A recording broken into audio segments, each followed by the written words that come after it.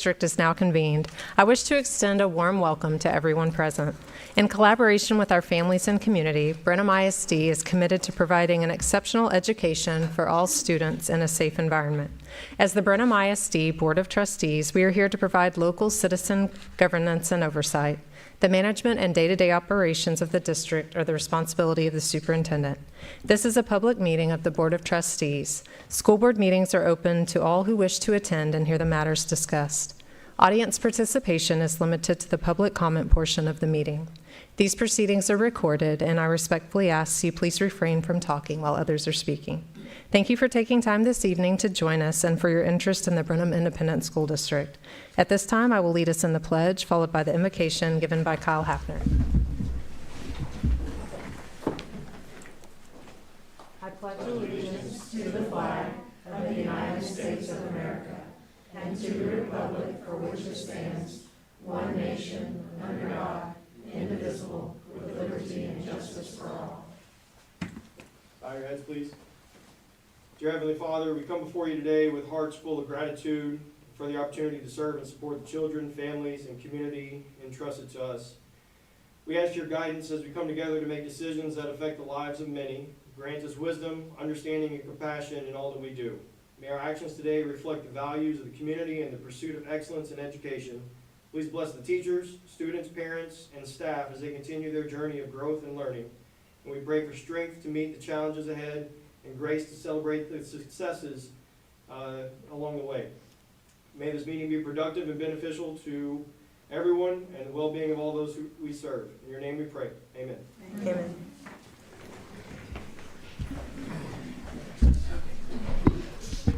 We didn't have anyone sign up for public comment, so we get to go straight to special recognition. And this evening, we're going to start with our CTE department, and our CTE coordinator, Travis Gonzalez, will recognize his departments and their accomplishments. Okay. All right. Good evening. First of all, I want to thank the board, Mr. Gillentine, for letting us come this evening and highlight two of our students. So CTE, we have a lot of great students, but I know I need to keep it short tonight. And so I brought two students, Madeline Pierce and Cullen Hoffman, and they participate in our Ag Science Fair projects. Madeline actually received a $10,000 scholarship from San Antonio Livestock Show last month when she won her category. So I'm going to let them come up, tell you a little bit about their projects. They have their board here so they can kind of have a visual. But again, thank y'all for letting them come. These are some of our best and brightest, and really want to recognize them this evening. Thank you.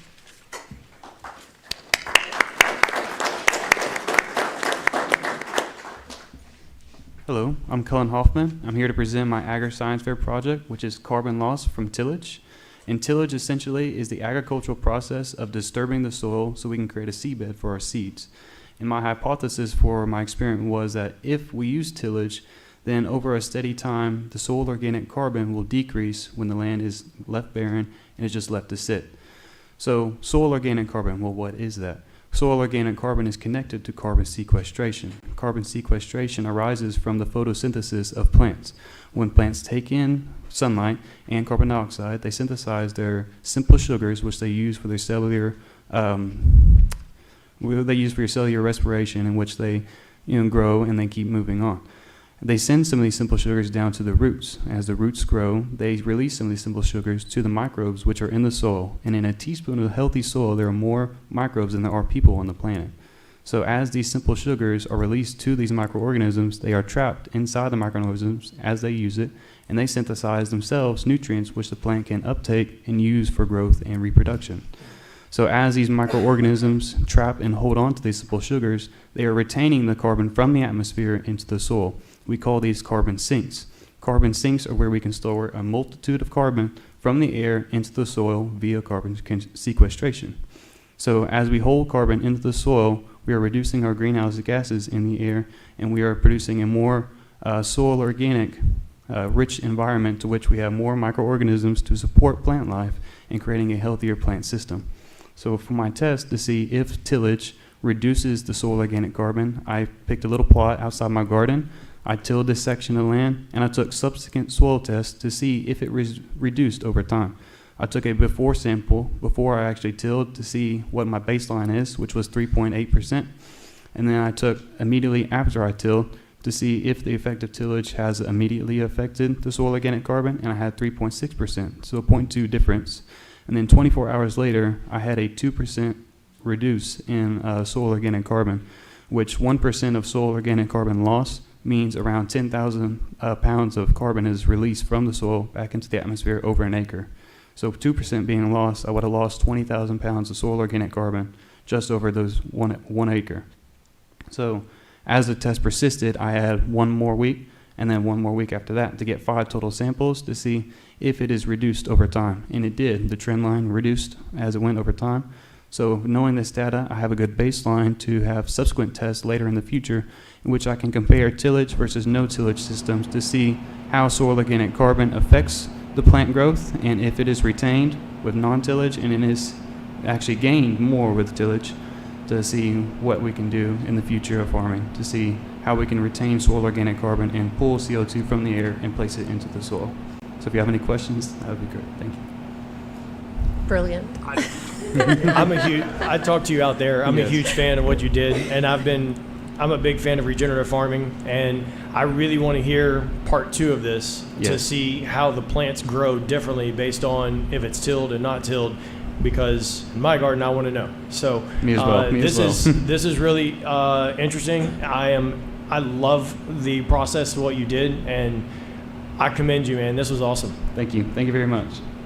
So how much more will you do, like furthering the experiment in So other gardens? for furthering the experiment, I would hope to have several patches of land. I would actually want to accumulate multiple sections of land that have been tilled year after year after year to see what the organic matter is in there, and then have areas which have never been tilled to see what the organic matter is.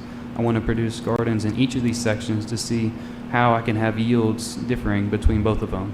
And if one is better than the other, we'll see how quickly one will produce and how much it will produce, and compare and contrast the two to see which is better and which retains its organic matter and which gains more organic matter, and if it is lost at all. And is this what you're going to major in college? No, ma'am, I'm actually majoring in mechanical engineering, but I Okay. hope to move into an agricultural field. Are you sure about mechanical engineering? Just throwing this out there. It could be agricultural too. Well, I've seen pictures of the gardens that all the produce that y'all have from your garden. So you'll always have Thank you. that for the Thank you. side. So we're very proud of you. Your Thank work you. is tremendous, and we just thank you for coming tonight Yes, and thank you for sharing having with me. us. And like Kyle said, I'd love a follow-up because I kill everything. So let me know how to make it better. Yes, I will. I'll let you know. So do you help people who come to you and say, what do I do next? Oh, I'm still training myself. I'm trying to figure it out. Well, I mean, this would be somebody who's starting at a really low level. Oh, I can help them out there. Thank you so much. Thank you, Thank Colin.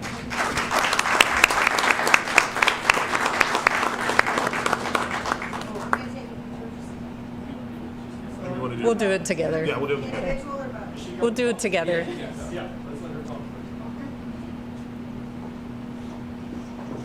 Okay, so good afternoon, y'all. My name is Madeline Pierce. I'm from the Brenham FFA chapter, and this year I did a agri-science fair in the ag sociology sector on the ability of a after-school garden club, how it increases ag literacy, peer-to-peer connection, and overall attendance. So we had the middle school garden club for 3 years now. I've been working with Ms. Peschel, Ms. Thibodeau, and Mr. Gonzalez on this. So 3 years ago, we had about 12 garden beds and 12 kids. And through the work of grants and stuff like that, we now have over 50 kids and over 20 garden beds. So really sad to kind of see I'm leaving this, but also really excited to see how much it's grown. So basically the first 30 minutes, I teach a little info about what we're planting. So if I plant spinach, it's teaching about spinach. Where did it originate? How do you eat it? Stuff like that. And then the next 30 minutes, we go out into the gardens and they get that hands-on learning aspect of actually growing what they're going to eat. So over the past 3 years, I wanted to see if I'm actually making a difference in these kids' lives and overall just how they come to school and if they like school. So I had qualitative and quantitative data for this. I made a Google form and the kids answered, filled out questions. Some were like, does garden club make you want to come to school? Does garden club make you want to have a garden at home? Does garden club make you want to learn more about agriculture in future years? And everything was very, very positive. On the question about agriculture, 86% of kids said they want to learn more about agriculture. And that's really what I want to teach these kids, is about agri-literacy. Because as a progressive agriculturist, that's what we need to teach people. They're the future consumers of America. They need to know what they're consuming. And then I also did a interview with 6 of the 2-year garden club kids just to get more info about how they feel personally. Again, great, very positive info that I got back. A lot of them said they want to come to garden club because they're making connections, they're making friends. And that's another goal that we had when we started out the garden club. We want to make sure the garden club is a place for kids. Maybe they don't have a good at-home life, or they just feel like they don't belong somewhere. I want to make sure the kids feel like that's the garden club. It's for them. And then my other data was I did attendance records. So I measured the attendance records from the beginning of school to December of last year between the non-garden club kids and the garden club kids. Garden club's attendance percentage was 99.9%, and non-garden club kids was 96.3%. So a 3.9 difference. That means garden club kids are getting school instruction 6 more days out of the year than the other kids.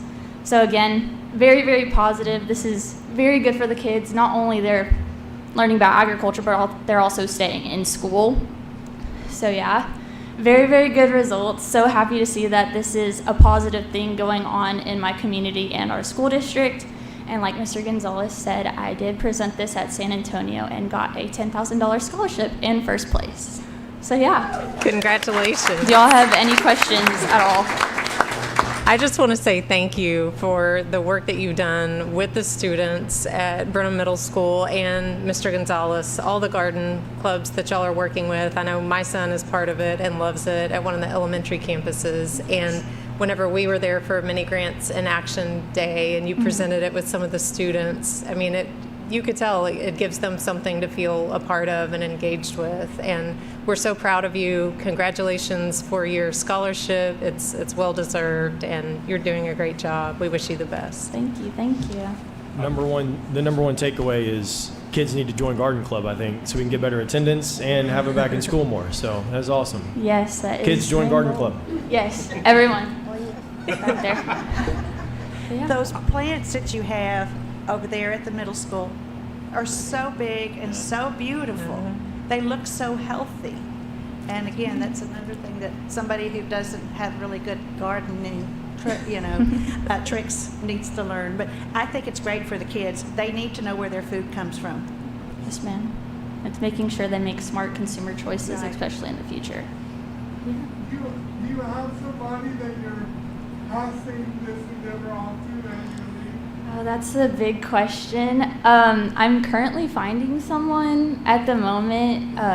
It is very, very special to me, so I am taking my time making sure.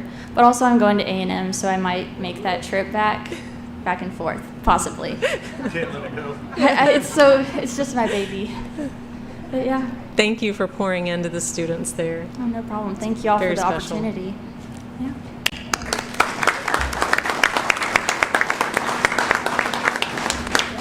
So awesome as a high school kid.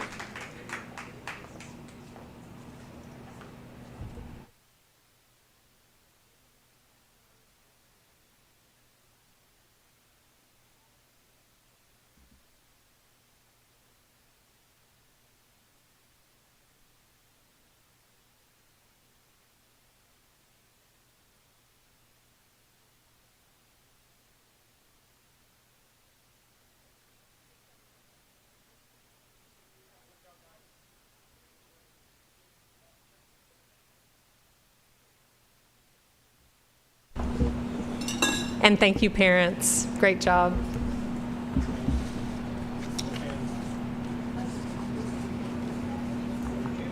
Next, we have our campus and department spotlight, and our Krause Elementary School Principal, Sarah Cook, will recognize these students.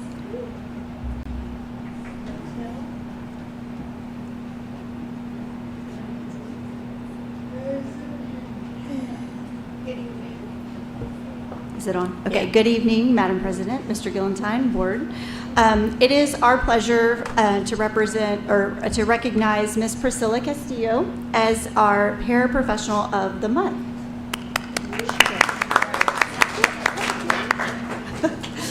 Ms. Priscilla is the backbone of our school, working diligently to ensure that everything runs smoothly. As our registrar, her thoroughness and investigative skills are invaluable in maintaining accurate attendance and registration numbers, helping our school to stay on track.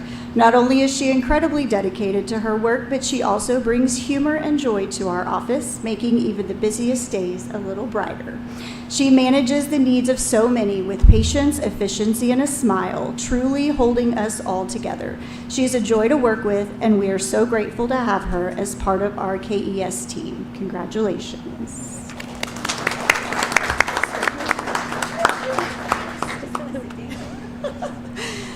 It is also with great excitement that we introduce our Krause Teacher of the Month, third grade math teacher, Miss Nikki Phillips. Mrs. Phillips is a dedicated and passionate educator who continuously goes above and beyond for KES. She is often found recording lessons, bringing creative ideas to motivate her students and demonstrating an unwavering commitment to every child in her classroom. She holds her students to high standards, and their incredible progress is a testament to her dedication. Mrs. Phillips' support, knowledge, and teamwork are also invaluable. She is always ready to help others to get the mission accomplished, and her example makes those around her better educators. We are so grateful for Mrs. Phillips' hard work and the lasting impact she has on our school community. So congratulations. So this month we had a tie between two amazing students, and we couldn't figure out which one, so we picked them both. Our first, he is not here this evening. He's not feeling well, so he stayed home. But we are proud to recognize Riker Wooten as one of our Students of the Month. Riker is an all-around great human who consistently works hard and strives to do the right thing. He's not only an amazing student, but also kind and supportive friend to his classmates. His dedication and positive attitude set a wonderful example for others to follow. Recently, he even broke the class record by earning over 100 dojo points in just 1 week, demonstrating his commitment to doing all the right things at school. His determination, leadership, and kindness make him truly deserving, and we congratulate Riker and wish he keep up the good work. And we're also thrilled to recognize Sydney Moore as our other Student of the Month. Sydney is a quiet but influential force in her classroom, always making the right choices and leading by example. Her kindness, hard work, and willingness to help others make her a wonderful friend and classmate. She consistently strives to grow academically, demonstrating resilience and dedication in everything she does. Despite her quiet nature, Sydney's strength and kindness shine through, making an impact on those around her. Her teachers and classmates admire her, and we are so proud to celebrate her achievements. Congratulations, Sydney.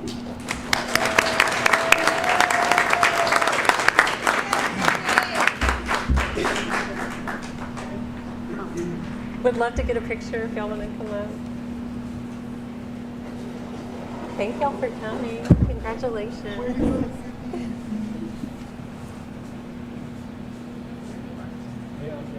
Right here.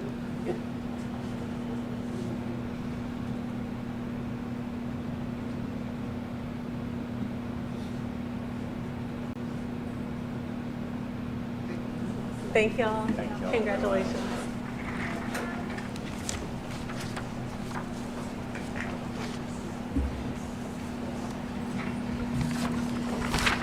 We would like to recognize a special group. Gotta make sure this turns on. And that is our student council. And we have a few of our members here to talk to you about how this group works on our campus. We have 22 current members, 6 of whom are officers. So we would like to invite some of our students to come up and explain and share with you about what student council does at Krause Elementary.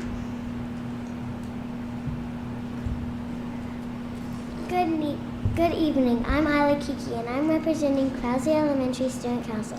These are my fellow officers, Mackenzie Hicks, Sydney Moore, and Oakley Kike. Our student council was formed 2 years ago.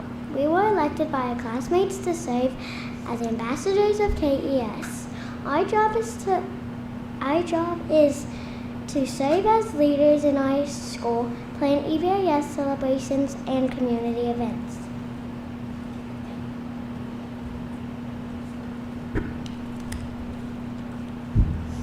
This year we have welcomed many visitors to our school's programs and celebrations.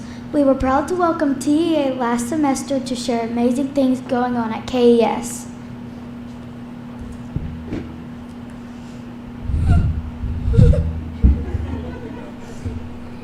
Each 9 weeks, we talk with students to plan exciting EVIS Incentive Day activities.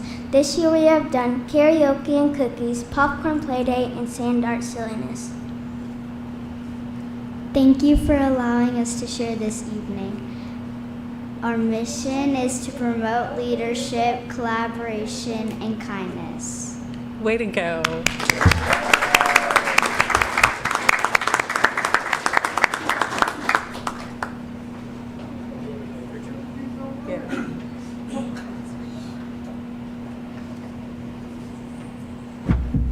Y'all come this way. Thank you all for coming tonight. Way to be leaders. Thank you. Thank you. That's a good job. Y'all want to switch? Thank you so much. Want to come sit up here for a day? No? I don't blame you. Yeah. Squeeze it. Oh, there's no way my giant head's not standing up.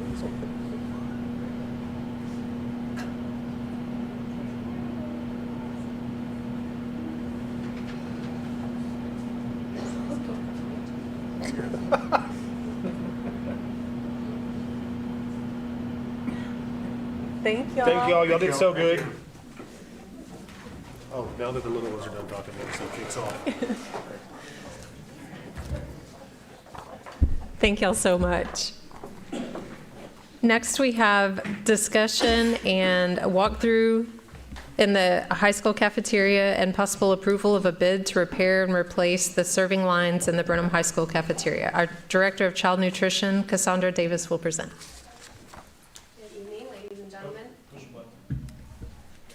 Good evening, ladies and gentlemen of the board. I'm excited to discuss this potential new serving line project at Brenham High School tonight. When I joined Brenham ISD 4 years ago, one of my biggest priorities was assessing student meal participation. As you know, all of our funding comes from the meals that we give to students, so it was important for me to find out what our largest, highest population campus was doing.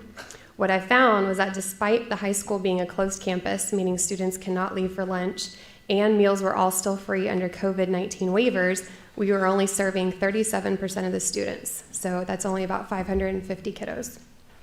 To address this, we made some changes. First, we reconfigured serving line locations. We had one that was across the other side of the kitchen area, so we had to walk food back and forth between kids. We brought that inside, we relocated it. We've made menu enhancements. We've used student feedback. We do taste testings and surveys. We've worked with the culinary students in the fall, giving them samples, getting feedback. We've made changes and given them a build your own line similar to a Chipotle, where they can go through and pick which proteins, which meats, how they want to build their meals. We've also added additional a la carte items like iced coffee, frozen yogurt, sparkling fruit juices. While meals are no longer free for students, we have, as a result of all of these changes, increased our participation about 150 students per day. So we feel like that's good. That's going in the right direction.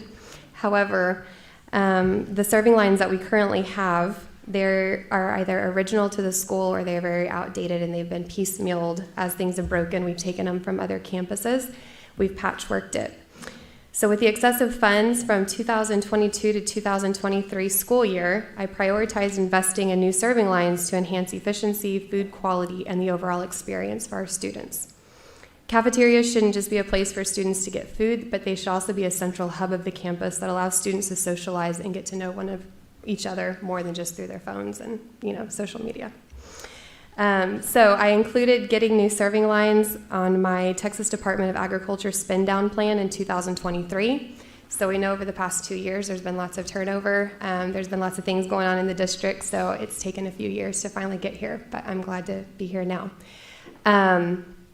So I worked with Crane Food Service Solutions, Dwayne Guidry and Peyton Ellington. They're waiting in the cafeteria so that they can help answer questions when we get over there.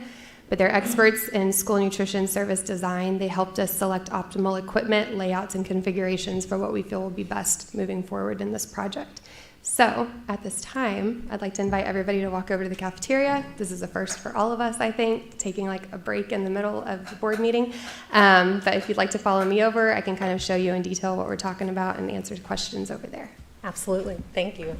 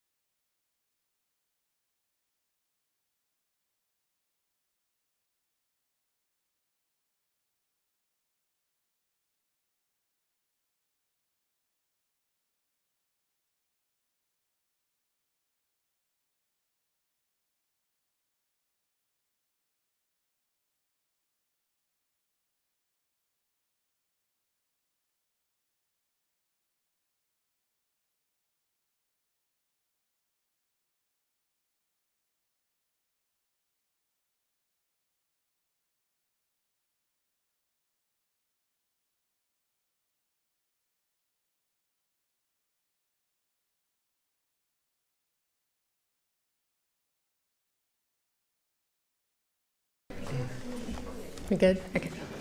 We're back in the meeting room after touring the cafeteria with the possible changes, and I'm going to turn it back over to Cassandra Davis. Yes, thank you. So thank you for joining me on the tour. I hope that after seeing the lines and hearing about the plans, you're just as excited as I am. We had a closed RFP for this project that was issued on February 5th, with 4 vendor bids received by February 25th. We had a team carefully review all the proposals before selecting a vendor. As a reminder, TDA and TEA guidelines only allow school nutrition programs to retain 3 months of operating expenses. So as I said, this was on an approved TDA spend down plan from 2022 to 2023. So I've been holding on to this money an extra 2 years than what I should have been. This again is coming from child nutrition funds. This is not coming from general fund or anything along those lines. So we're hoping that with these changes, we'll still continue to increase student participation, which will allow us to even earn more students business in the future. Are there any more questions? I just want to comment on something from before we went to the cafeteria with the increase in the amount of students that you're serving, that even now with meals being paid for, that you're serving that many more than were being served when they were free is a testament to the work that y'all are doing. And I just want to commend you and your team for that, because that's huge. Yeah, thank you. I have a great team standing behind me. Not literally, but you know. Side question, has there been a survey of any type asking the students what they want or need, if they like what they have, don't like? Do we know that this is a student need other than a cafeteria need? Excuse me. Is there a student version of what they want or need? Has there been any type of a survey asked, I guess is my question. As far as food or like the setup? The serving line, and do we have complaints about the lines, the problems? Do we have comments about we wish this was better? Other than from what you see, do we have the student version? I think it's the longer student lines whenever, we have 3 lunches and we have the students coming through the lines. And, we've had to accommodate menus, for example, the Wings of Fire. So that line would be so long that we had to accommodate and put it on multiple lines and kind of cross our menus so that kids could get to it faster. So we're hoping with more efficient lines and being able to put more food up there on a hot plate for kids to grab and go, they're able to get out faster to go sit back down with their friends. Coming from other districts where they had more modernized cafeterias, I think it's hard to get student input on something they've never seen before. So coming from junior high, where again, it's very industrial, straight line, 1960s, those are original lines over there, all welded together. There's no flexibility. I don't think the students know kind of what they don't know. But we did take a group of avid students to the Choice Partners Co-op show in October, and they were able to see different food options, different ways that food was being showcased and handed out, and they knew that that was not what their food looks like here when it's handed out. I know there's been times, Kyle, to talk about that my son has said he couldn't get what he wanted because that line was so long, so he ended up settling for something else. So there has been times where he hadn't gotten what he wanted to eat. He had something totally different. And then also, iced coffee. We didn't have barely sodas. It's cheaper than Starbucks too. So I know, what in the heck? I thought teachers didn't want to caffeinate the kids. So what we do for that is we have a cup and we put 2 ounces of concentrated coffee with ice, and then students get their carton of milk for free with their meal, and they pour it over. So they're getting a reimbursable free coffee with their breakfast. Oh, cool. So how many students have you served so far this year, and how many do you anticipate serving next year in terms of being able to regather and recoup some of the major bank that you have built up over the years? We're so proud of. This is a big expenditure, and you've been very responsible with the funds, which we appreciate and I appreciate. But how much do you anticipate recouping over next year and the coming years? Yeah, so technically I can't say I'm going to recuperate it because it was excess funding. So during COVID years, we were given extra money during that time. So Right. So I guess my question is then how, because we get money based on how many kids we serve in this program. So how many kids do you anticipate us getting money for next year? I guess is a better question. Yeah. I mean, I would hope we would easily go up 5 to 8% just as a conservative number. Okay. Again, when I started this whole project, if we have an enrollment of about 1,500 students here at the high school, we are only feeding about 650 right now. So with this being a closed campus, where are the kids going and why aren't they going to the cafeteria? Right. So kind of step one, I want to make sure it's easy, efficient for them to get their food. And then step two, what can we do to make it an inviting space? There's grants out there for furniture grants and things that I want to look at to not pull it out of the general fund, but still make it a place where kids can go and hang out in more that food court style that new builds are doing. Sure. Thank you. I think if our primary focus is getting more students to eat a healthy meal, then we are accomplishing a very important goal. Because if they're not eating, they're not learning, because they're thinking about being hungry in class. So we need to fix that problem. And if there are students that are not eating because of a long line, which we have heard complaints of, or whatever the other reason is, then I think it's crucial to have easier access to better food. You're taking care of the better food part, and now I think this will take care of the easier access part. So Archer said it a second ago, and I've said it many times in closed meetings, but I'm a huge fan of everything you've done with the food service and everything you've done with since you've been here. It's been amazing. Since I've been here, what I've seen, what you've done has been amazing. So this is awesome, and I think it'll go a long way. So thank you. I'm a big fan. So yeah. I want to ask one other question. One other question on the the high school we're serving X number of students, but students that on free reduced lunch, do you see a decline once they get to the high school than compared to the elementary level? Yeah, I think a lot less students and parents fill it out at the high school level. The last time I looked, I want to say we were at the 38%. Overall for our district, we're at 57% free and reduced. So high school, it definitely drops off. And because if those students aren't coming to the cafeteria, they're, Right. Snacking or bringing bags of chips and Cokes or whatever they're eating somewhere else in the school. I think that's why they don't feel the need to fill out those applications. But that's always kind of been the results when you have kids as they come up the grade levels. As they come up the grade levels, they don't want to turn in their paperwork. Right. Maybe because the parents don't know about it, but I think that's always been a problem. I don't know how to solve that. Other districts have that too. Yeah, we do all of our applications on an app. We try to blast out to parents. If the students do go negative, there's the phone call, the email, the text message, everything goes out through Parent Square, alerting them, where they can go to fill it out. But I think that's something that we can always get better at. Yeah, I wish it wasn't that way, because I hate to think about kids who don't want to eat because they're embarrassed. Yeah. But yeah, and I think removing the stigma is a big thing. I think all kids should eat for free, but Thanks. yeah. Anyone else? I don't Okay. want to take too long. I do have one more thing. I'm sorry. You mentioned earlier in the response to Archer about the funding, and I want to make sure that we are very much in the know of how the funding works and where the money's coming from, and how we can't just use this to pay for that and buy a new air conditioner with the money instead of buying a new serving line. Can you, in short layman's terms, for people who are going to read the soundbite or listen to the soundbite on KWHI or on the banner, give them a short synopsis of here's where this money is coming from and why we can't buy a new air conditioner with it, or whatever the other need is, because I think that's Or give important. teacher raises or anything. Yes, why can't Yeah. we spend that money on some? Yes, can you please explain that in just the short layman's terms for people who are going to read just the headline? Yes.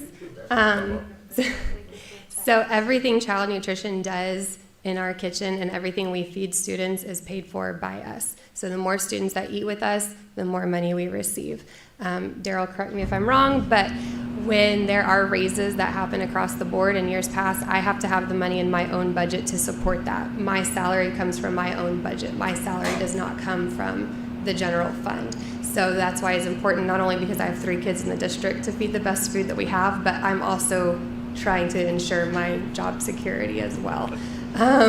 So anything that breaks down in the kitchen is child nutrition's responsibility. Anything like this with the serving lines is child nutrition responsibility, including my staff. Their pay is child nutrition responsibility. So this money is coming from excess money that we've had from 2 years ago to support our program and reinvest in ourselves. I want to, am I on? I want to say something too. Again, Mrs. Davis does a fantastic job. This department has just excelled under her leadership. The last raise that we were able to give this food service workers, like she said, they are completely self-sufficient. So that was because of the money that she has made in her department that she was able to turn around and give to her employees. And it is now able to also improve on this food service line. So just kudos to her and the job that she does. Thank you.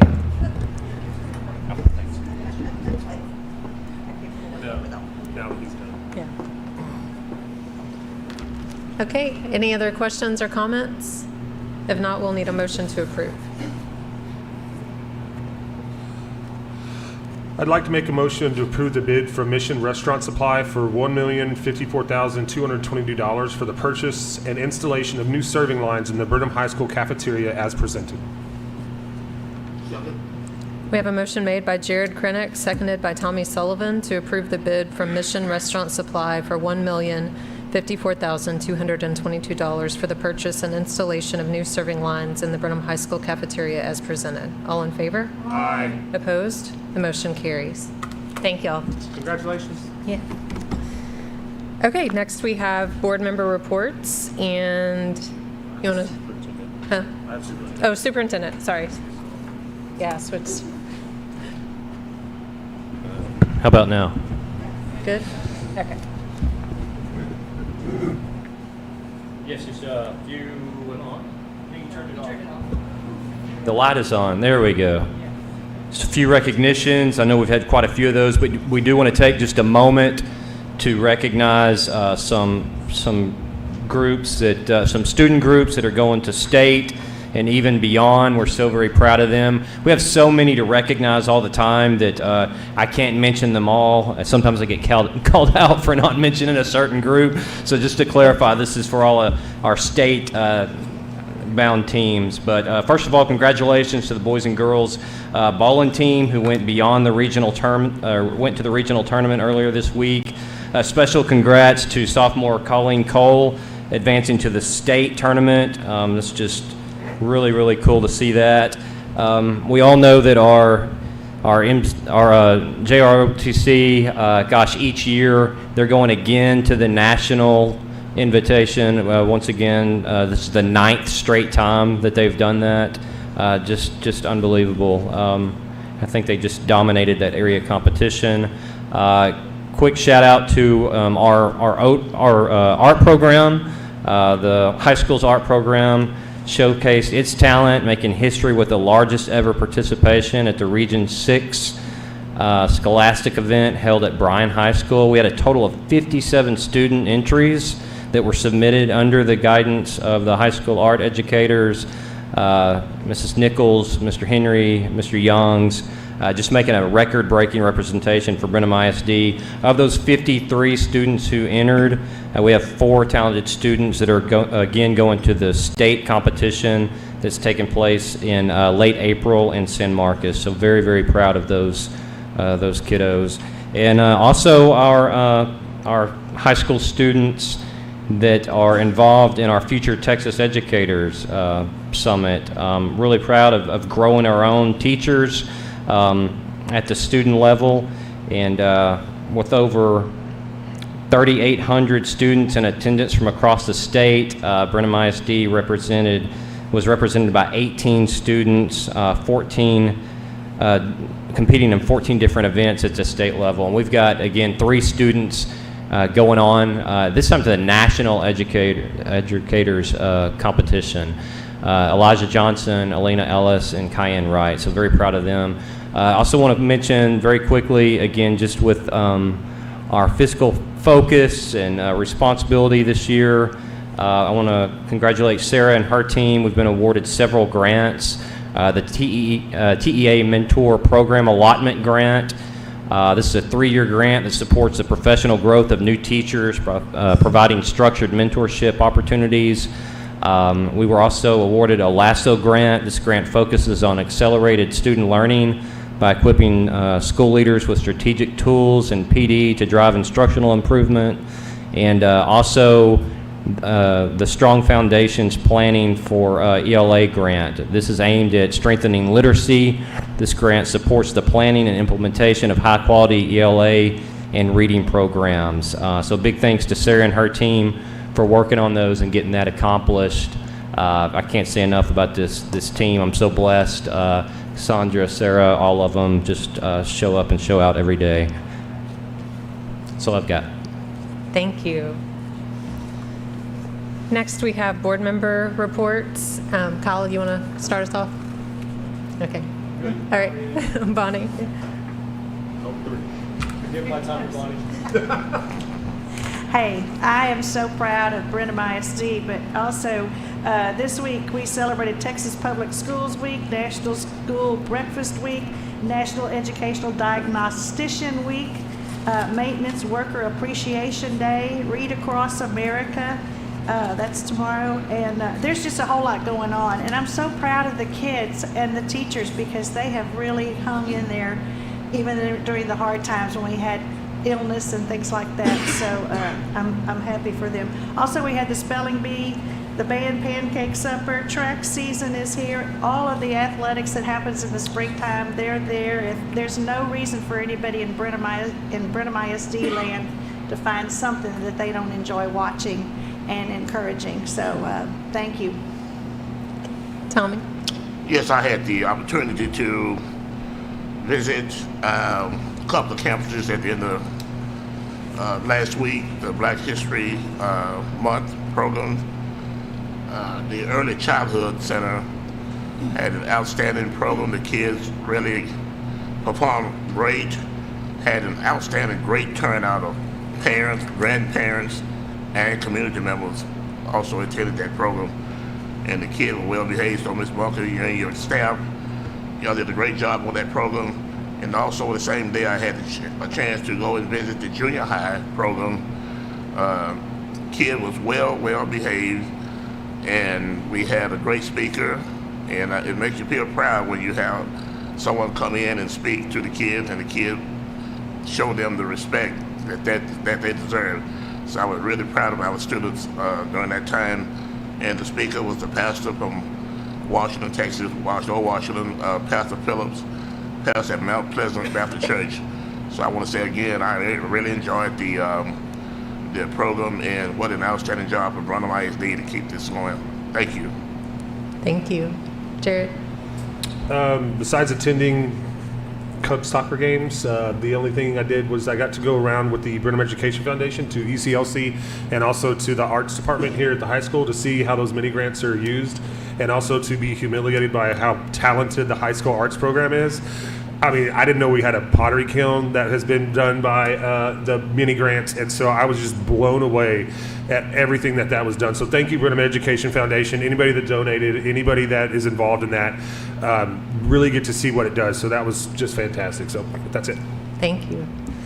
I just want to say again, I know the Black History Month programs have been going on. Well, last Friday were the last ones, and I love how all different campuses do it a little bit differently. And this year I went to the Brenham Elementary School campus, and it was the 4th grade students, and they did an incredible job. Just the speaking, the singing, they made us proud. It was a great program.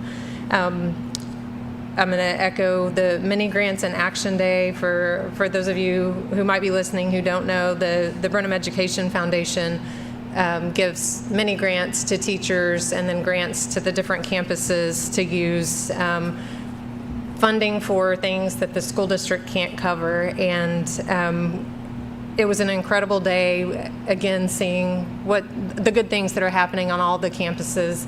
We're about to have the Dinner to Remember event for Brenham Education Foundation, and so we'll be raising the money for next year's grants. So if there's anyone out there who wants to contribute with their business or individually, we would love to have any items.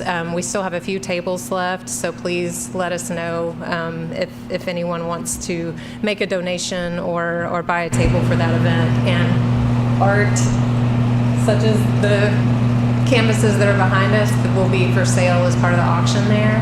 So you'll get to see even more student art represented at that event.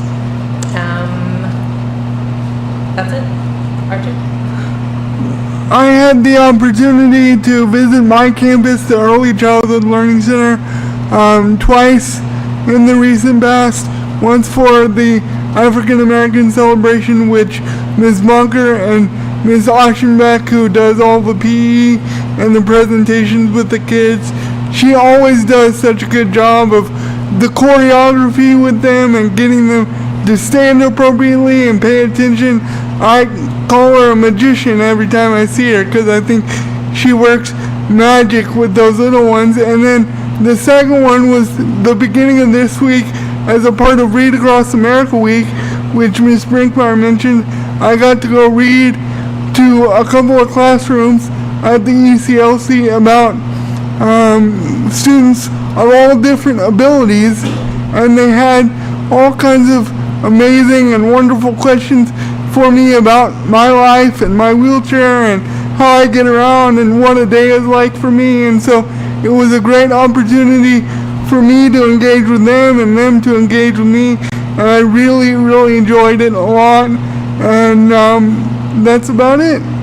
Thank you. Next, we have our legislative update. And Clay, do you want to start this, or do you want me to? Clay, I may have got enough cord where you can sit back. Okay, so, yeah, I'll do that then. Yes, I can start. I had the opportunity, me and the cabinet, to go to the Washington County Day at the Texas State Capitol. This was courtesy of the chamber, and it was a good time. We had discussions with Senator Kolkhorst and Representative Trey Wharton for Texas House District 12, advocating for school funding, teacher support, student opportunities. You may have seen pictures with us discussing some of those things with them. Feel like we had some good conversation. We were very proud to represent Brenham ISD in just public education, and felt like our voices were heard. Following these meetings, the team and I, we observed the teacher pay bill, that's Senate Bill 26, that debate there in the Senate. On Wednesday, the Senate passed Senate Bill 26 with a unanimous 31-0 vote, sending the bill to the House. The Senate approved 7 amendments to the bill on the Senate floor. This bill focuses on teacher compensation and incentives, and we'll continue to monitor its progress. So again, a lot of conversations at the Senate and the House on teacher pay. We hope that something comes about with the allotment. So have our fingers crossed there. Y'all have heard me say it so many times. This is, of course, a business, this school business of ours.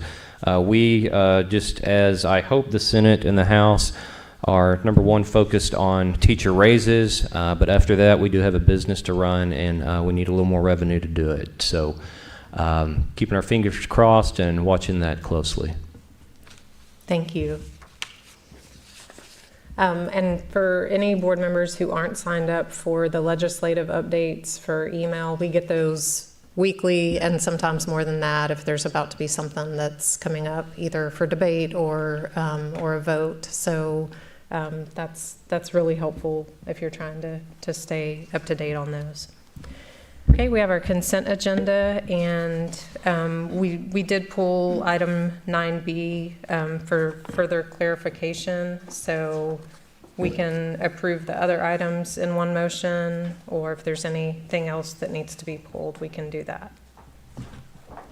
I would like to make a a motion to approve the consent agenda with the removal of item 9B as presented. Okay, we have a motion made by Archer, seconded by Bonnie Brinkmeyer to approve the consent agenda with removal of 9B as presented. All in favor? Aye. Opposed? The motion carries. Okay, and Brittany, are you present? Okay. Brittany, I don't know that I am working. So, Okay. Yes, Brittany and Brooke might speak a little bit to this too. I actually asked Natalie if we could pull this after a couple of you had some questions about E-rate. E-rate is something that I've seen districts across the state take advantage of. I think this district has taken advantage of E-rate for probably the last 20 consecutive years, and Brittany's about to highlight why we definitely want to do that tonight and in the future. All right, so I'm just going to try to do just an overview of it and not get too much in the weeds, and they told me to keep it short, so I'm going to try to keep it simple because it can get pretty technical. So exactly what is E-rate? So E-rate is a program that helps schools and libraries, and this helps us get affordable internet, and it helps support the internet. So it's all the internet that's going into schools as well as the infrastructure that supports the internet. So we have very strict rules on what we can and can't spend that money on, and we'll talk about that in a little bit.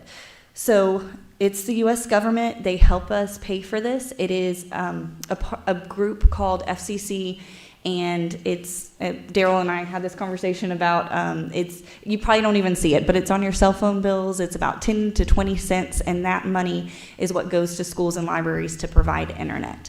And so the group USAC, they manage the money, and they have the rules that we have to follow, and we'll talk about that a little bit as we get going. So the main part that I want you to get out of this is it's super important that we E-rate, and that's because we don't want to pay the full price of internet. We want to get it discounted. So again, the strict rules on what we can and can't use it on. So we can use it for the internet as a Wi-Fi access points. We can use it for network switches, cabling, anything that's going to help us get internet into the classroom. So we cannot use the internet, the E-rate money, for things that are the endpoint users. So that's like the teacher laptops, the Chromebooks, the software, the awesome curriculum that's online. None of that can be used with the E-rate money. It has to strictly be internet or supporting the internet. And it goes even stricter. It really has to be supporting the classroom. So that access point has to be installed in that classroom. And we are on a time schedule, so you have certain time points, and we're going to get on that. I'm going to show you a timeline. But basically, if we don't use the money that we're given, then we lose it, and we have to pay full cost.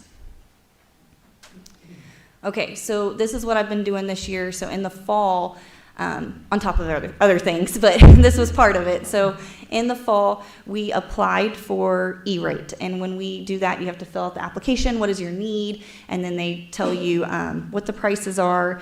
And then after that, from there, we have a bid window, and we have certain strict rules that we have to follow. We have to put it into our local newspaper, as well as we have to post it online. It's USAC's online website. Every school does this. And then people can bid on it during that certain window. After the Christmas break, we came back, I opened up my bids, and then I had a certain evaluation matrix that's in y'all's board books, and I have to score them based on cost and history. We had about 8 different bids for 2 of the items, and one of the items we had 6 bids on. So then after that, we select the best bid, and so I went by cost, of course. And then this part is where you guys have to approve it. It's required that y'all have to approve the spending of 20%. And if we do that, then we can file our next form. And so that form then goes to the federal government and the USAC and the FCC, and that's when they decide, okay, here's your money, and then they give you the final letter, and that's when in the spring, late spring, summer, okay, you can start ordering. So you can't order until April. And then you have to install it before September 2025, the end of September. So they have really strict rules about it. You can order it in April, but you can't install it until July. And then you have to be done ordering and installing by the end of September 2025, because then the next year's E-rate starts. So complicated. Okay. And again, so just want to emphasize why now. So if you'll look in the rules, it says all contracts awarded will be contingent upon E-rate funding and final board approval. The applicant may choose to do all or part of the project upon funding notification. So you have to approve that I can spend up to 20% to pay for our cost, but that doesn't mean that I will spend all that 20%. What it's going to come down to is I'm going to go to the end of the school year and I'm going to make sure all of our bills can be paid for with phone and filtering and everything. And then you never know when there's going to be an emergency with internet. So like last year when our fiber got cut in August. So I've got to wait to see if we have any surprise expenses. And then after that, whatever money that I have left, I've got to apply it to these projects so we can upgrade our network. And so that's what we'll do. And I'll show you on this next slide. Is this new? No, it's not something new. Every year, the technology leader, whoever it is, has come up here and asked for something.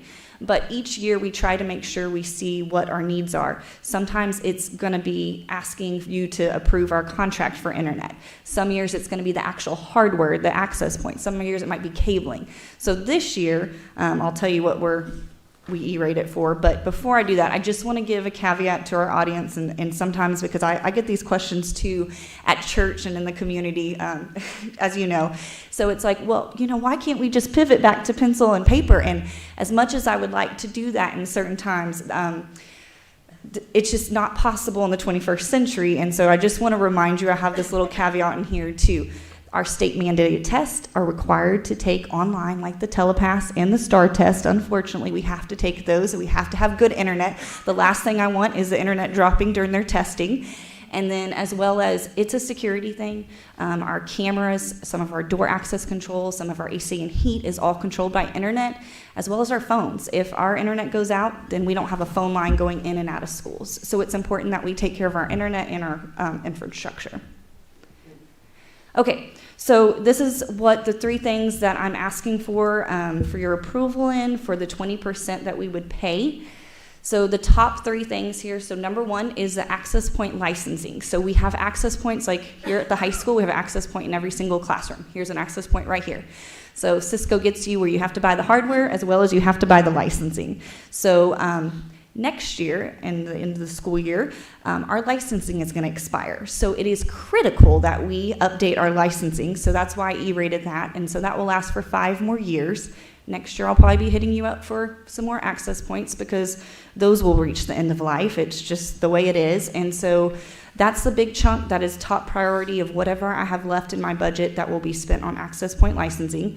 Second is I'm asking for some UPS batteries.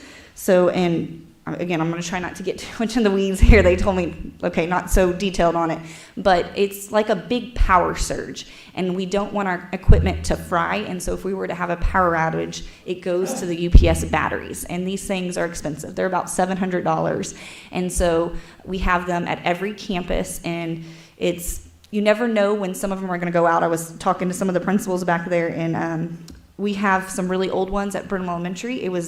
They've been there since the building was built. So I think that was 2004 is what they told me. And the other day, Joel was working with the wires, and it was not a good situation. As you can see, they're supposed to be every 3 to 5 years, but we're dealing with some old equipment here. Just this year, we had a replacement at KES. They went out with internet for just a little bit, and it was the battery backup, and then as well as last year, Brenham Junior High and Community Ed. And so if we get these, then we won't have that issue of them going out. And then the last thing is network switches. These are expensive, so they can be around $9,000, and these are super important. We had 3 switches go out at Alton. Y'all probably remember that this year. And so it's not good for anybody, and so when those go out, and we found out that was about 12 years old, the one at Alton. So those are important that we keep up with. And then this year, just this week, we had a switch go out, and it was 18 years old. So I'm trying to make sure that whatever money we can get, we are updating our infrastructure. Okay. So this is the part that you probably want to look at. I'm going to go through each part. So the access point licensing, the total cost, if we had to pay that outright for all of our access points, remember, they're going to go out next year, the licensing. So we have about 572 access points in the district. And if we have to pay that full out, it's $174,460. USAC covers 80% with the E-rate, but our part would only be $34,892. So that's why it's critical that we don't leave this on the table. Second is the UPS batteries. So I asked for 10 of them, and those are $680 a piece. So it would be $6,800. Our part would only be $1,360. And then lastly is the switches. So I asked for 3 switches. Our part would only be $5,389 with E-rate. So the total price that I'm asking for is 20% covered by our local technology funds. If we had to do this outright, it would be $208,000 and 200, y'all can read it.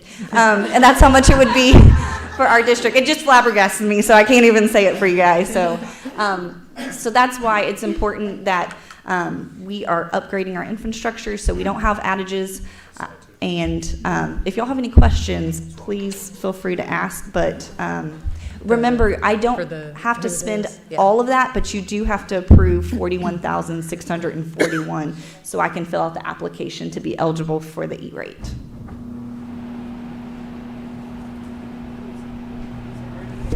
So yes. Sorry, I was just going to say, Brooke brought up a good point. This is coming from our technology funds. I'm not asking y'all for additional money. That's I saw it on our board book, and I just wanted to make sure we said it out loud. Again, this is funds for the technology department. This is not coming out of our fund balance. This is not going to affect our budget. This is your money. It's budgeted, Yeah, it's budgeted for your department. So right. You get to spend it on what you want, and to spend $41,000 to save $166,000 is pretty smart on our side. So thank you for doing the homework to do this, because that's a huge savings for the district. Any questions or comments? Yeah, I have one question. Can you talk about the application process and kind of what determines whether USAC covers 80% or 70% or 60%? What determines the percentage that we get covered as a district? Great question. So we could be 20 to 90%, and we land at 80%, and is based on our social economic status. So we have to turn in from Cassandra those lunch, how many people are on free and reduced lunch, and that determines our discount. Yes, good question. So I know that if we don't do this, then we lose the money from the USAC. I was going to say free money, but that's a terrible phrase. Anyway, but also not spending it means we're not spending $40,000 budgeted or not. It still is money coming out of the fund. If we do not spend this, what could be kick the can down the road version of doing this next year? You said the licenses are up next year. Could we wait and not do that next year instead of doing it this year? Same question. I know that's going to come up next year as well. Right. So then it would be a higher number, yes, but we wouldn't be spending any of it. So is it possible to not spend it and delay? So yes, I mean, I hear where you're coming from, but here's the issue. So next year our contract for internet goes out. So next year I'm gonna have to come to you guys and say, okay, now we need to E-rate our internet, and that is huge expensive. So we're gonna have to E-rate our internet and our access point hardware. So we don't want to kick it down the road. But the other issue is that our licenses come up. It's like April, May. I think it's May 2025. Well, you can't install with their rules until July. So we wouldn't be able to install those licenses until July 2026. So our license will go up in May 2026. So we would be without internet from May, June, and July. I don't want to take that phone call. And part of that I'd like to speak to is like the long-term strategic planning. So just like we have our normal budget, we're having to look at, so like Clay mentioned earlier, every leader has done this for the past 20 years. So they know that annually we're already looking down the road. So Brittany probably is already looking at past year 2 and 3 and reevaluating based off of what is breaking and aging in the district, so that we're continuing to try to stay ahead and not find ourselves like on a technology cliff where we can't have testing or we have a major outage that affects a school day. Like she said, it's the serving lines, the doors, the AC, everything in 2025. I think a good example, I'm sorry, Natalie, a good example of that is we did kick this year the laptop refresh down the road, and we hated to do that, but we all knew where we were with the budget. We had to. The problem with that is we're going to find ourselves in a situation where we need more and more, which costs more and more. So yeah, if we can take, whatever we can take care of now so we don't keep kicking it down the road, it just piles up. So I make a motion to approve the expenditure of 20% of costs to upgrade our internal connections with $41,641.40 of local technology funds as presented. Second. We have a motion made by Bonnie Brinkmeyer, seconded by Jared Krenick, to approve the expenditure of 20% of costs to upgrade our internal connections with $41,641.40 of local technology funds as presented. All in favor? Aye. Opposed? Thank you. It carries. And if there's no objection, I'm going to let them go so that they can get on the road, if that's okay. We'll skip down to number 12 and then come back for the budget updates. That way our guests can leave. I'm sorry, I should have caught that earlier. At this time, we'll have an update on the district's tax collections. And we have Leslie, how do you say your last name? Scotty. With Purdue, Brandon, Fielder, Collins, and Mott LLP to present this update. Good evening. I just want to give a quick introduction.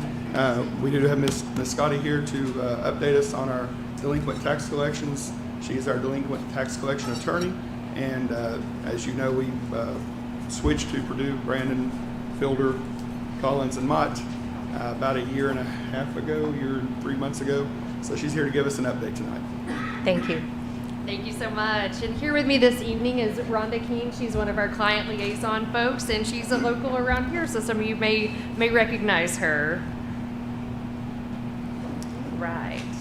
Each of you should have the delinquent tax collection report in your packet. And just by way of reminder, as we go through these are the delinquent taxes only. So this report only goes through the 2023 tax year. The appraisal district's doing a great job for the district. They're collecting 97% of the tax base before it's being turned over to the firm. So for example, to give you perspective, for the 2023 tax year, they turned over 3%. So very little what we're looking at here. And this is a culmination of all of the delinquent accounts back for the last 20 years. So by way of reminder, taxing entities can contract with a delinquent firm, and our services are at no cost to the district. We get paid what's called a collection penalty. It's a 20% penalty. That fee is passed along to the delinquent taxpayer. By law, they have to receive a notice that is mailed to them for due process purposes. So once that notice is sent, the taxes are turned over to us. The turnover date for personal property is April 1st, so we're going to start working on the personal property delinquencies for 2024, April 1, and then for real property delinquencies, we'll start working on those on July 1st of this year for the 2024 tax.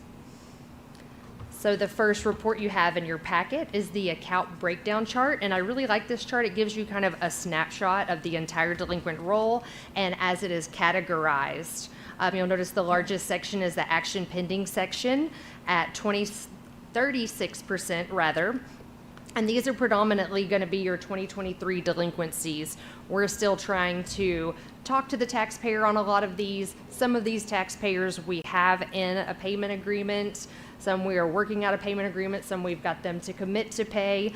Others we're doing title research, figuring out who the owners are. Is there a lien on the property?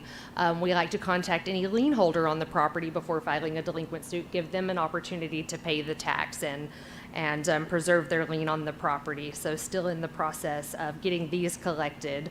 Like I said, some of these are already in an informal payment agreement. We're monitoring that agreement monthly. That taxpayer is paying, and it will resolve itself without litigation.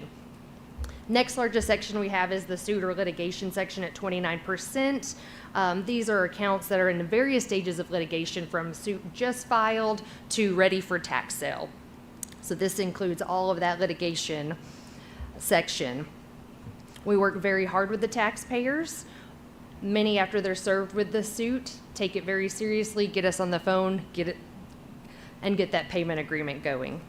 Next largest section is the deferral section at 21%. These are taxpayers who are 65 or older or have a disability, and they have elected to defer the payment of their delinquent taxes on their residence homestead. This is only available for them on the property that they designate as their residence homestead, and by law, we don't mail letters on these, we don't make calls on these. In fact, if we are making a call on a delinquent tax account and we discover in the process that this taxpayer is using the property as their homestead, they may qualify. We do encourage people to go to the appraisal district and get this deferment to protect their interest in their property.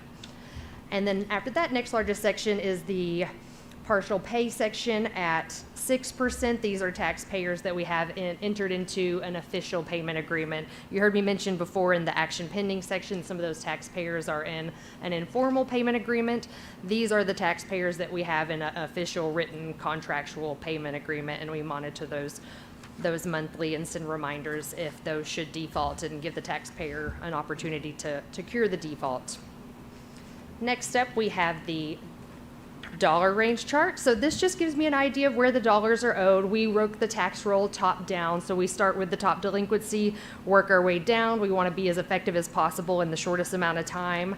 And note when looking at the 10,000 and up section, which comes in at 26%, that the vast majority of these accounts are those tax deferred accounts that we don't make calls on, that are the over 65 or disability deferrals. And the ones in that section that are not in a deferment are either in litigation or being worked into litigation. There's actually two in that section that are not currently in litigation.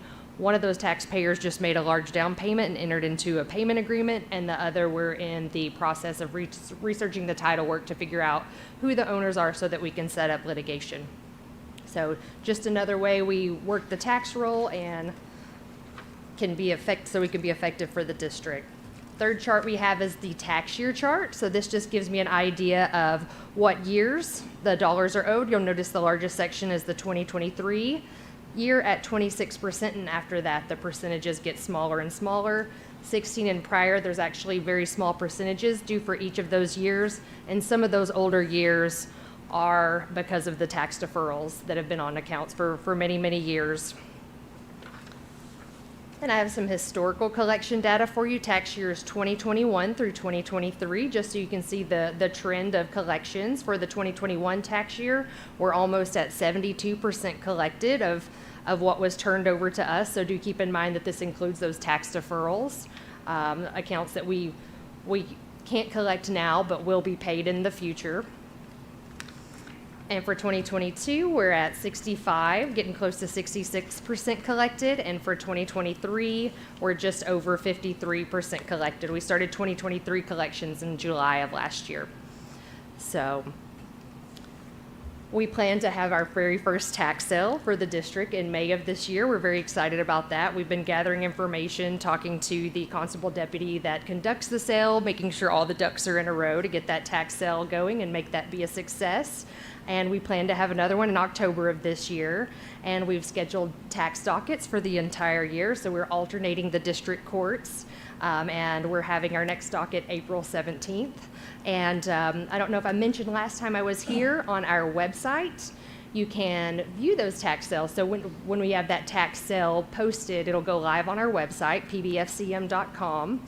And then any property that could be struck off in the future, we also keep a list of resale property on there as well. So if a property goes to tax sale, nobody appears and bids on the property, then it goes in the tax trust to be held in trust for the use and benefit of all of the entities that were parties to the tax suit. We keep a list of those on the website as well, available to the public so that private bids can be placed on those properties and we can get them back on the tax roll.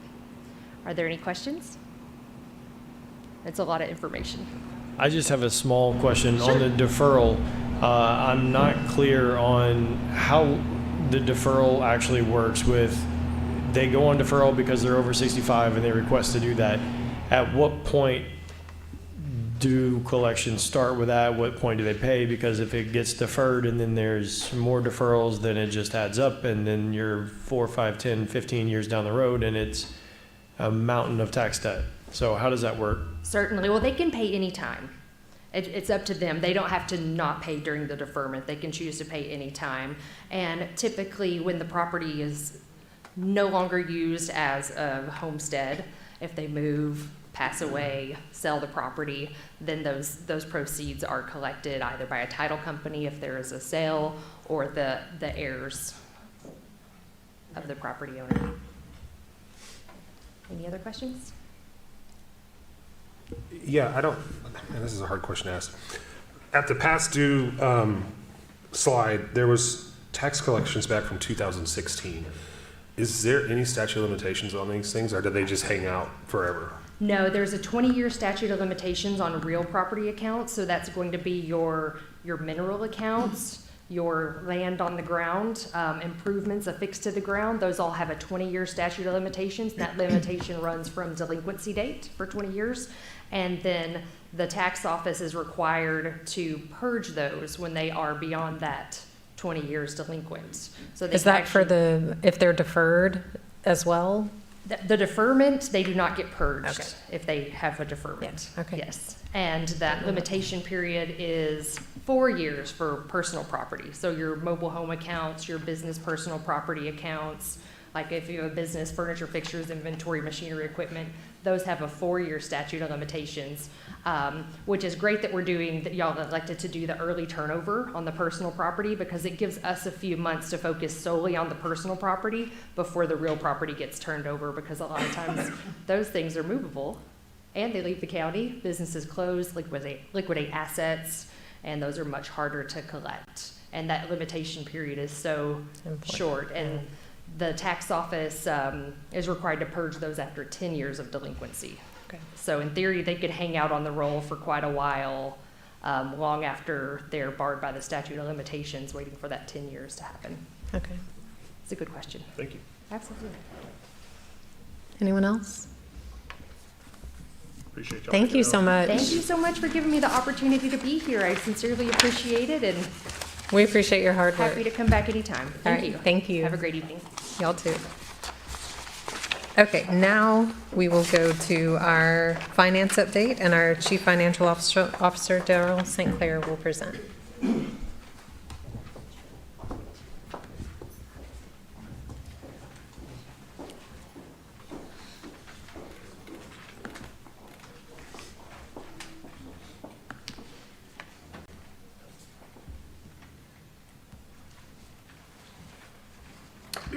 All right, good evening.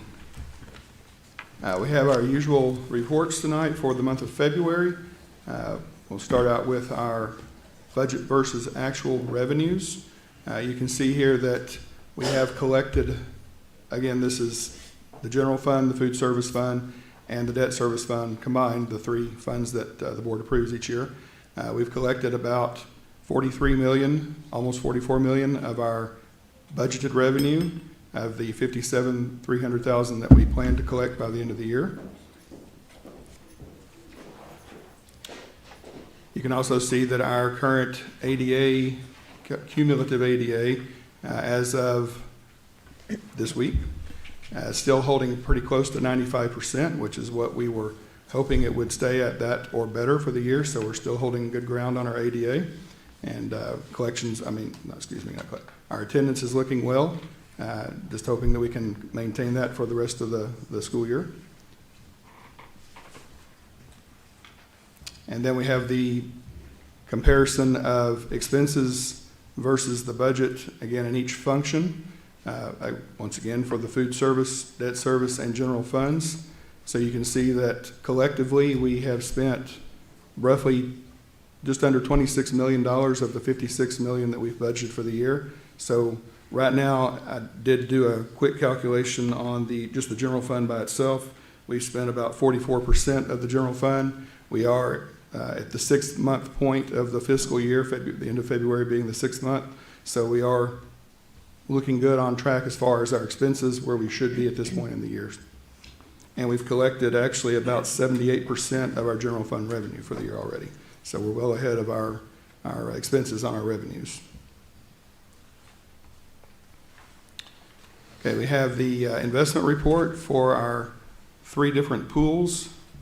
And you'll see that the interest rates are holding fairly steady for the last month or so, between 4.3% and roughly 4.5%.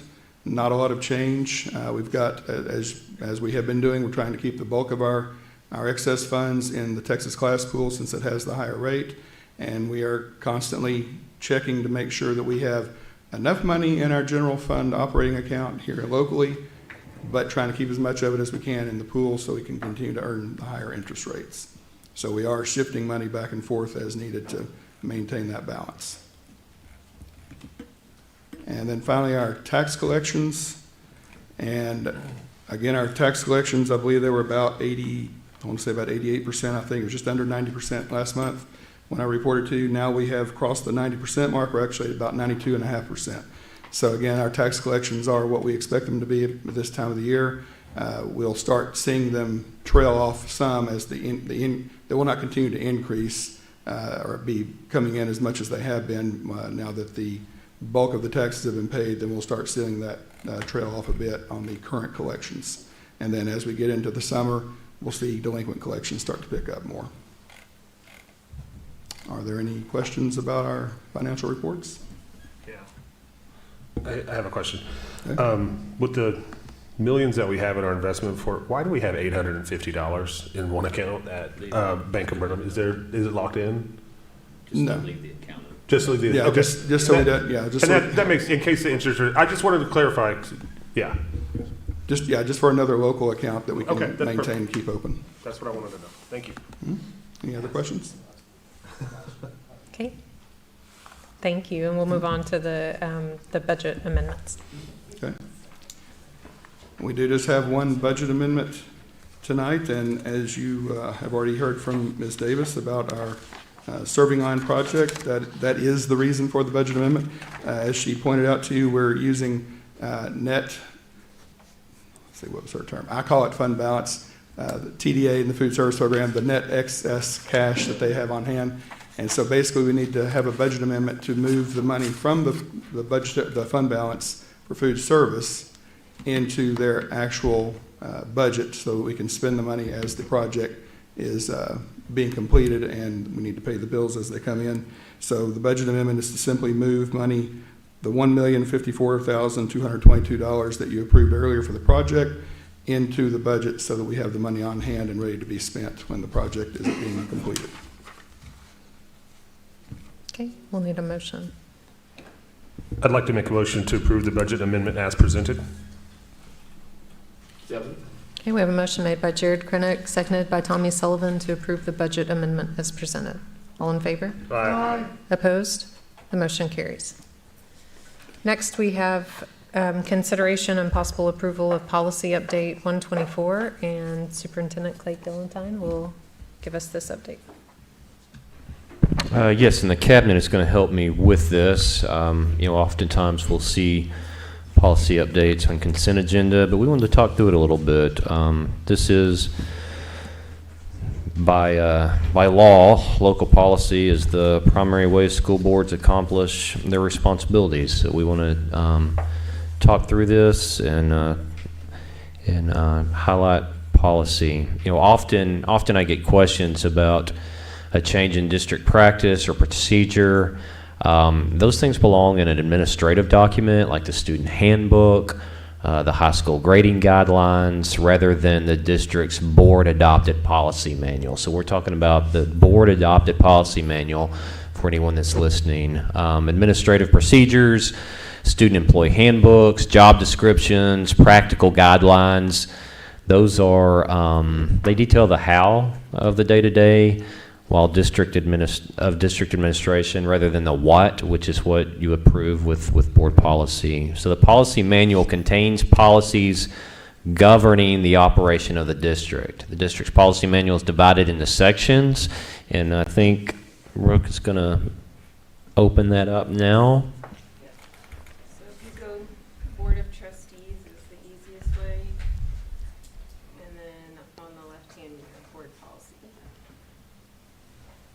And so, as most of you know, the policy manual is divided into sections that cover each separate area of the district governance. You've got A there that you can all see, the basic district foundations. B, local governance.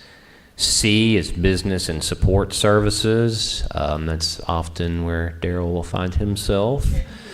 D is personnel. Christy spends probably more time than she would like in that section. E is instruction. Mrs. Bohart spends a ton of time in instruction. F is students. Our assistant principals and principals spend a lot of their time in there, as well as Christy. And then G, community and government relations. That's I would say our safety and security coordinator and probably Christy, and just our relations with CPS and the PD and that sort of thing, and how we navigate those relationships. So you can see within each one of those sections, Brooke has opened up G here, that each policy code is assigned a series of letters and a title, if necessary, a subtitle. The alphabet coding there that you see is very similar to an outline, but details all the things that we have to cover within the district. Policy codes include different document types, legal and local. Legal policies track the language of the U.S. and Texas constitutions, federal and state statutes, including the Texas Education Code, the Administrative Code, the Texas Administrative Code, the Commissioners and State Board of Education rules, case law, and other sources of authority defining the legal context for school district governance and management. Even Attorney General opinions will be reflected within the legal policies there.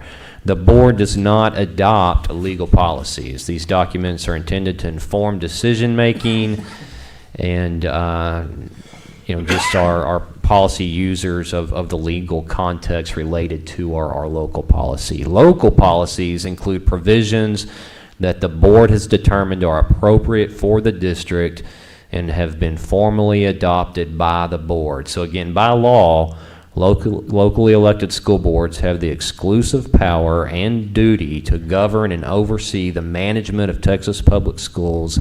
Local policy is their primary way of doing that. That's the primary way school boards accomplish their legal responsibilities. So tonight's update has been made available to you within your board documents there, and I've asked each of the executive leadership team to highlight the policy that they felt like would maybe catch your attention. Daryl? Okay.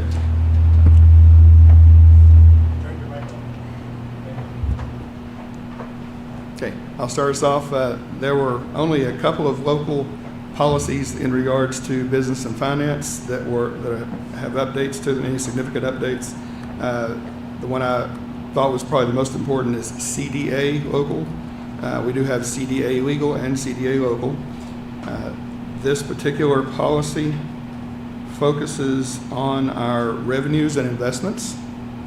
This is the policy that in legal form tells us that we must assign or have investment officers named, that we must be aware of the safety of our principal when we do our investments, that we should value the safety and the liquidity of our investments over the interest earnings that we have. And then it also requires annual review of the investment policy. The local part that has been updated, it's really just one paragraph in the local section under the heading of sellers of investments. Previously, this section only applied to representatives of brokers and dealers that provide investment opportunities for the district, and it outlines several different organizations that they should either be members of or be in good standing with. One of those is the Texas State Securities Board. Another one is the Securities Investor Protection Corporation. A third one is Financial Industry Regulatory Authority.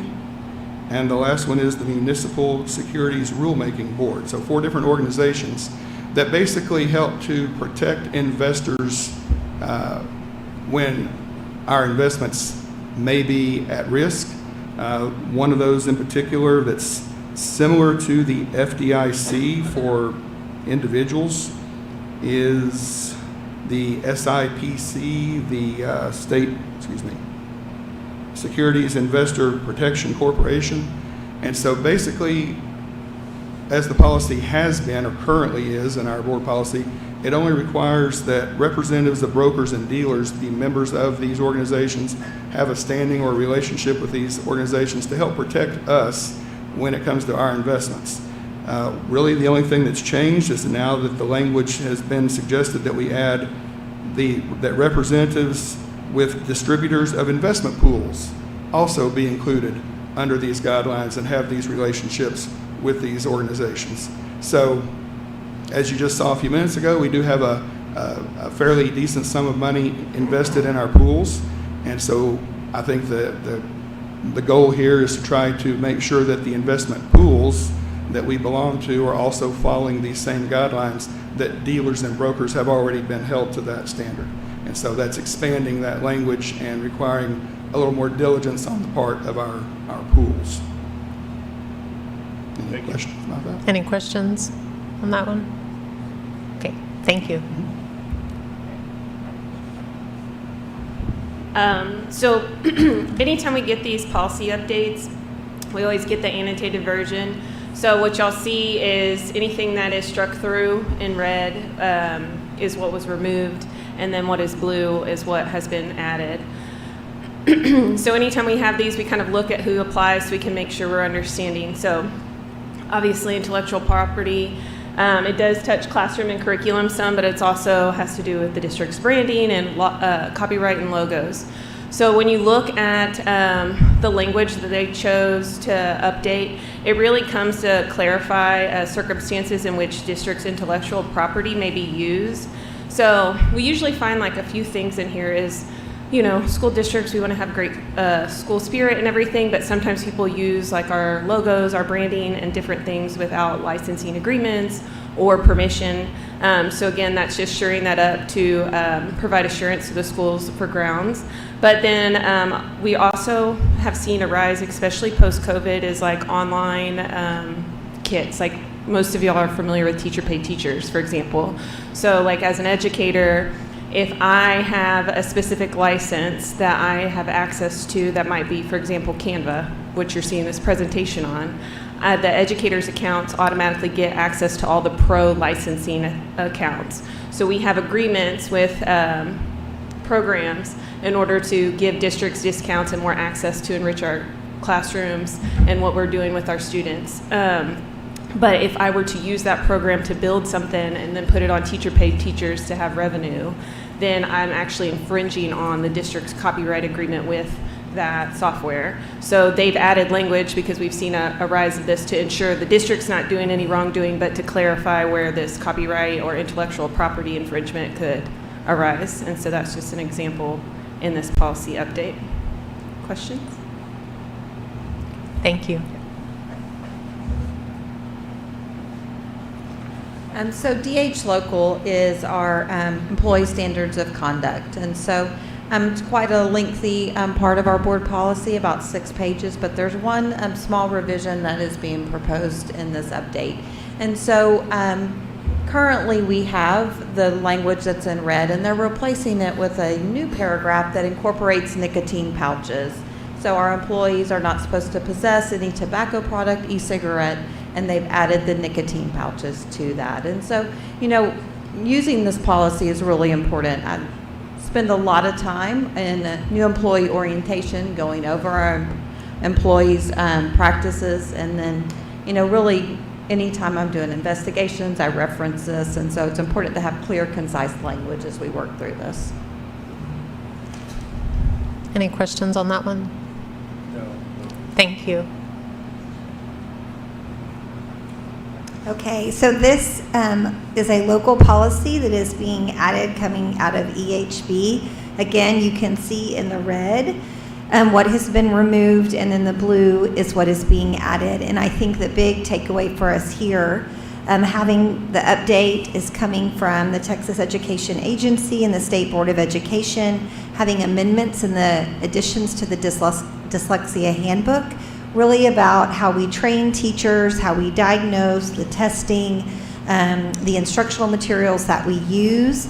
So it's just ensuring that we're complying with what TEA and the State Board of Education has said out of the session, for us to just make sure we follow the dyslexic handbook.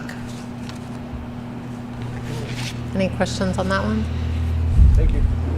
Thank you all for the explanations. And if there's any questions on any of the other ones that weren't specifically covered by them, we can talk about those. Yeah, we can take any questions you have. Again, this is 124 update. These updates come out 2 or 3 times a year. As I said earlier, it's a reflection of, case law, Texas Administrative Code, Texas Education Code, federal statutes, state statutes, different legislative type conversations, legal conversations that have taken place and now need to be reflected not only in legal policy, but also tweaked in local policy. So they come out 2 or 3 times a year. Any comments or questions? I did not, excuse me. I did not ask earlier or see anywhere in here what this is costing to get these updates. Because I know there's a cost associated with all of their policy updates. What is the cost of this? We pay, we're not paying now, we pay an annual, I'm looking at Debbie, we pay an annual fee of what, do you know off the top of your head?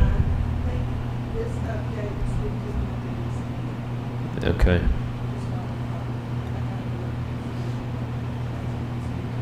Okay, she said she thinks it was $1,500. Seems a lot of strike-throughs and changes, and I know they mentioned a couple of different ones in here that seem important to them, but it's just like the last policy update that seems kind of mundane and pointless and monotonous to me, for lack of a better word, useless. So I don't really see the point, but I know you've expressed that you think it's important to do these updates. It does not seem necessary to me. Sorry, I'm hearing feedback. I want to turn that down. So, but Kyle, it may not seem necessary to us, but this is keeping us current with what's happening in legislators. So we have to accept what they changed, and this is what they're doing. I mean, it may or may not ever affect us, but if we have an old policy and we go to court with something and we never updated it, we're liable because we didn't do a policy update. It's not something. I mean, just like this dyslexia one, we now have to follow the dyslexia handbook. Before we did not. That needs to be reflected in our policies. And it's because of changes in the law. So if you go back to the explanatory notes, which give explanations for every one of these changes, it'll tell you if it was a change in something for TEA, a change in legislation. So it's explained, even though it might seem minor, it's still due to changes in somehow in the legal system or organizations that we have to follow the rules, TEA or federal law, state law, etc. And really all we hope to accomplish tonight was to show just how complex policy is, how thick it is, and how we're able to navigate the law through that. And I understand what you're saying. I mean, some of them may seem insignificant, but I never know when something's going to happen today or tomorrow or next month legally that is very significant. And if you don't have an updated policy manual, then anytime Sarah had a instruction question or argument or pushback, whether that be from a teacher, student, parent, community member. Anytime there was a purchase like y'all made tonight that Daryl's navigating through, or anytime Christy's working through a personnel or student investigation, or anytime Brooke's working with the media or anything else that she does in the very broad lane of communication, we would have to go out and investigate and research, law and case law and to be most up to date in, and that's what policy provides, is the most up to date language applicable to that scenario. And using a service provider for the policy updates allows us to share the expense with over 1,000 school districts, so that we're not having to rely on our attorney to pay one person to do all of it, which would be tremendously more expensive. Well, if we didn't have something like this, it would be really hard for us to keep up with all the changes, because that's one thing we have never ever had a time when there weren't changes going on, and it's important to have the wording that we need when the time comes. Yeah, so it's hard to spend that kind of money, but and to have it so easily accessible, because I know whenever I get a question about something from a community member or a parent, and it's something I'm not sure about, the first thing I do is go to our website and type in the words that are pertinent, and there it is, so to make sure that we're following our own policy. yeah, if only we could keep everything just the same all the time, but that's not the way it works. My opinion is, I understand that this may be needed, but I tend to agree with Mr. Havner, especially on the funding side of this. It's painful to spend $1,500 to have somebody put in words on a page, when I know there are other cheaper options where they can do pretty much the exact same thing. And I don't want to get in a whole big conversation or debate about the merits of our policy carrier, but just from a financial perspective, it is quite painful to be having to spend these thousands of dollars every time they need to update these words. And I do understand the legal importance of it, but it's rather painful. So I wish we could get everything for free. All right, are there any questions about the policy or objections to anything specific? Or are we ready to make a motion and move on? I'd like to make a motion to approve the addition, revision, and deletion of local policies as recommended by Policy Services and according to the instructional sheet for localized policy manual update 123 as presented.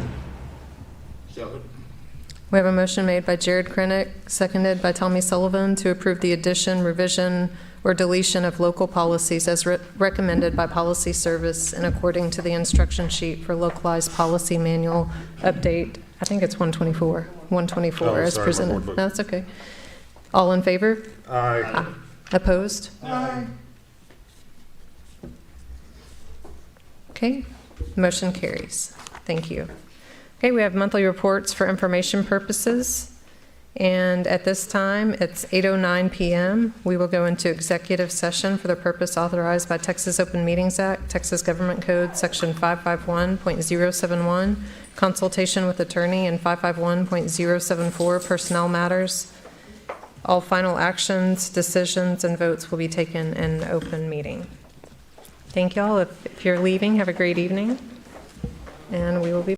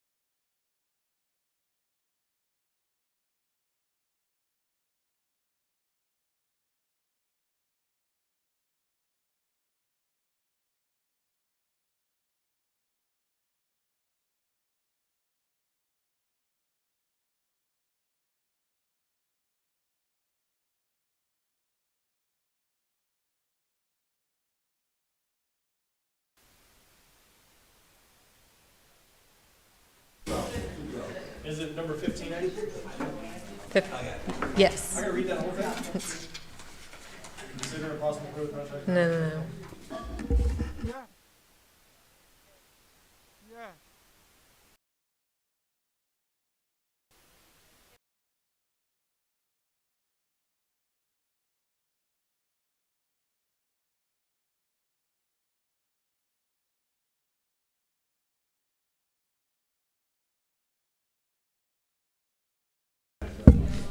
Okay, it's 8:43 p.m. We've now reconvened in open session.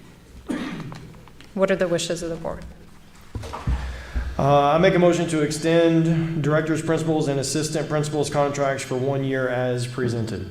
I second it. We have a motion made by Kyle Hafner, seconded by Bonnie Brinkmeyer to extend directors, principals, and assistant principals contracts for 1 year as presented. All in favor? Aye. Opposed? The motion carries. Thank you. Have a good evening. We'll adjourn, if there's no objection, at 8:43 p.m.